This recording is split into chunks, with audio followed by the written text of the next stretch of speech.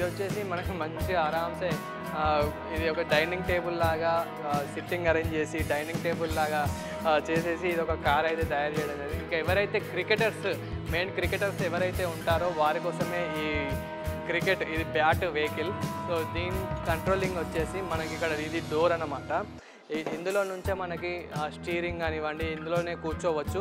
So ఇక్కడ నుంచి మనం నార్మల్ ఇది ఓపెన్ చేయొస్తలేదు ఇప్పుడు.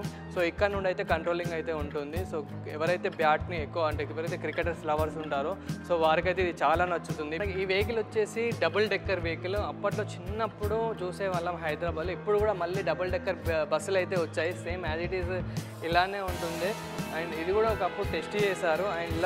అండ్ మనకి ఇది రామోజీ ఫిలిం సిటీలో కూడా ఇట్లాంటి డబుల్ డెక్కర్ బస్సెస్ కొన్ని అయితే కనిపిస్తూ ఉంటాయి. హాకీ అండ్ మన కాక్ ఇది వచ్చేసి కాక్.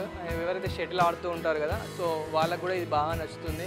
షటిల్ ఆ గేమ్ వాళ్ళకు కూడా ఇది కాక్ అయితే బాగా నచ్చుతుంది. ఇందులో లోపల నుంచి అయితే మనకి ఇది హ్యాండిల్ చేయొచ్చు. సో లోపల కూర్చొని ఆరామ్సే చాలా బాగా అయితే వెళ్ళొచ్చు. అండ్ ఇది వచ్చేసి బాల్. సో నార్మల్ బాల్ ఇది వచ్చేసి మనకి క్రికెట్ బాల్ కార్.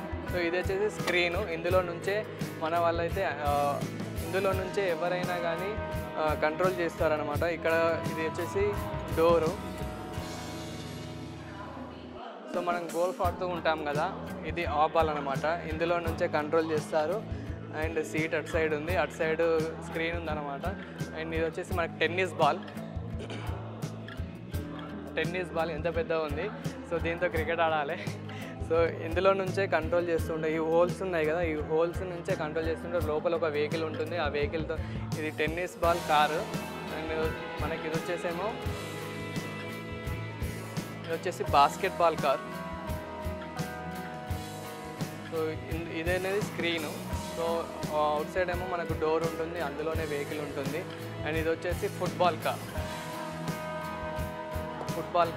అండ్ ఇలాంటి ప్లేస్లకు ఏంటంటే మెయిన్లీ చిన్నపిల్లలు కానివ్వండి పెద్దలు కానివ్వండి ఫ్యామిలీ మెంబర్స్తో వస్తే కొంచెం ఎగ్జైటెడ్గా ఫీల్ అవుతారు. అలాగే చిన్నపిల్లలకి కొంచెం బోరింగ్ లేకుండా వాళ్ళని కూడా దృష్టిలో పెట్టుకొని ఏంటంటే మనకి ఇక్కడ ఒక పెన్ను అంటే మనకు ఎక్కువ స్టూడెంట్సే ఇవి ఎక్కువ యూజ్ చేస్తారు కాబట్టి so pen pencil eraser sharpener ఇట్లాంటివి వెహికల్స్ కూడా తయారు చేయాలనుకోవడం అసలు గ్రేట్. మరి ఇది ఎలా కంట్రోల్ చేస్తారో ఏంటో కానీ వీటికి కూడా టైర్స్ వీటిని కూడా చాలా బాగా ఇది వచ్చేసి మనకి ఎరేజర్. సో ఇవి కూడా మూవ్ అవుతూ ఉన్నాయి.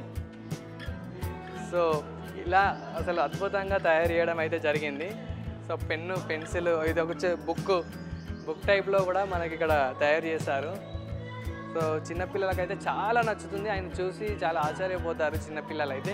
మనకు అంత ఆశ్చర్యంగా ఉండకపోయినా కానీ చిన్నపిల్లలకైతే చాలా నచ్చుతుంది. ఇదైతే సుధాకర్ మ్యూజియం అంటే సుధాకర్ గారు ఇదంతా నిర్మించడం అయితే జరిగింది. సుధాకర్ గారు అంటే ఎవరో కాదు, ప్రస్తుతం మనతో పాటు అయితే ఉన్నారు. హాయ్ అండి.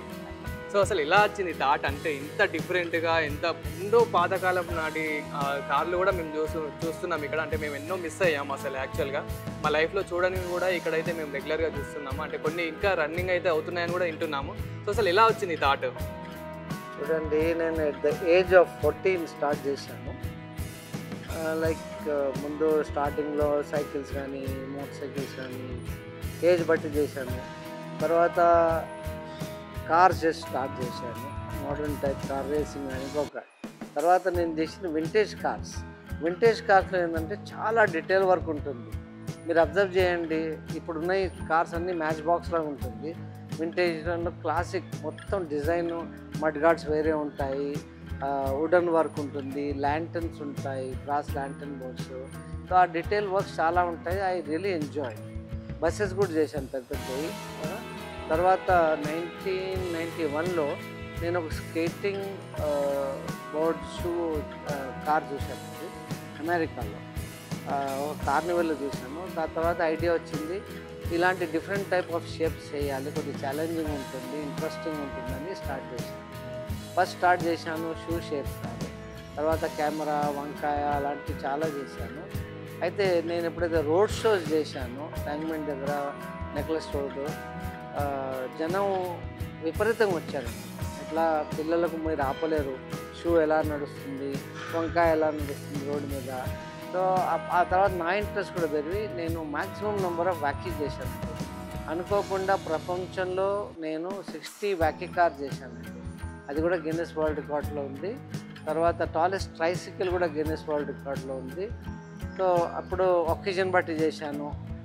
క్రికెట్ మ్యాచ్ అప్పుడు బ్యాట్ బాల్ అలాంటివి చేశాను. స్నూకర్ టేబుల్ అప్పుడు స్నూకర్ ఛాంపియన్షిప్ ఇక్కడ జరిగినప్పుడు స్నూకర్ టేబుల్ చేశాను. అలాంటి ఒకేజన్ బట్టి చేశాను. ఫెస్టివల్స్ కూడా చేశాను నేను. తర్వాత కొన్ని కాజ్ కూడా చేశాను. Cigarette shape bike, quit the habit, helmet కానీ, పంజరం కార్ కానీ, not to cage birds. Last corona virus shape చేశాను. మెసేజ్ క్లియర్ ఉంది, కరోనా వైరస్ ఉందని. అది ప్రపంచంలో క్లియర్ మెసేజ్ వచ్చింది. ఆ తర్వాత నేను ఎప్పుడైతే స్టార్ట్ చేశానో అప్పుడు అట్ ద ఏజ్ ఆఫ్ 14 ఎలా డబ్బులు అంతా ఉన్నాయి. సో ఇప్పుడు నాకు లక్కీ అంటే ఈ మ్యూజియం చుట్టుపక్కల అబౌట్ 60 to 70 జంక్ యార్డ్స్ ఉంటాయి. అక్కడ వెళ్తే అన్ని ఇంజన్లు, పాత ఇంజన్లు, వీల్స్, షాక్ అబ్జర్వ్స్. అయితే అలా స్టార్ట్ చేశాను. స్టార్ట్ అయ్యాక అదే హ్యాబిట్ అయిపోయింది. అదే ఇప్పుడు రీసైక్లింగ్ అంటారు. నా కార్స్ అన్ని 90% కార్స్ జంక్తోనే ఉంటున్నాయి.